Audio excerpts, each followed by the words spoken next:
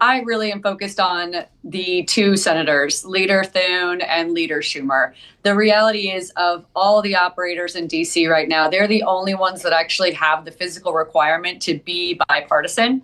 Leader Thune's going to need anywhere between 10 and 20 Democratic votes to keep his chamber open and the government open. And I think that means those two are the most important people in the room. I look forward to them getting together at some point. Does Schumer have the Democrats behind him, or does he need to watch his back?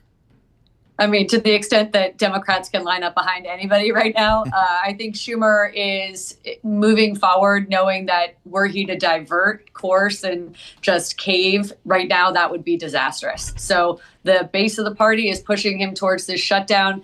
Same, especially with the House side. There's a real disparity between House and Senate staff right now, where House members are gung-ho on a shutdown and the senators are more hopeful that we can keep things open. But that's the usual dynamic. The House is a more rabble-rousey bunch. Your odds right now are 70% that the government will shut down at midnight, September 30th. If that happens, Henrietta, is it worth ascribing blame to one party? Does any party care?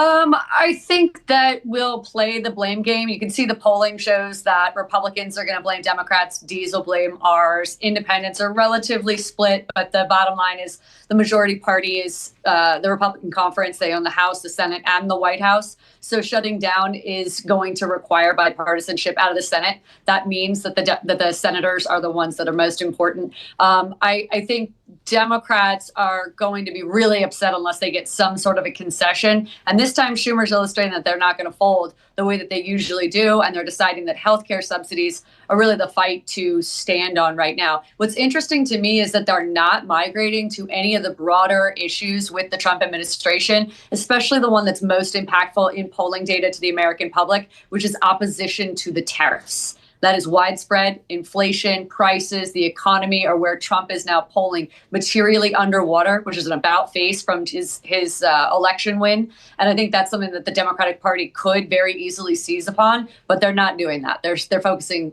solely on healthcare. So if we get a shutdown, is there expectation how long it may last? Is this going to be something that people are going to really feel?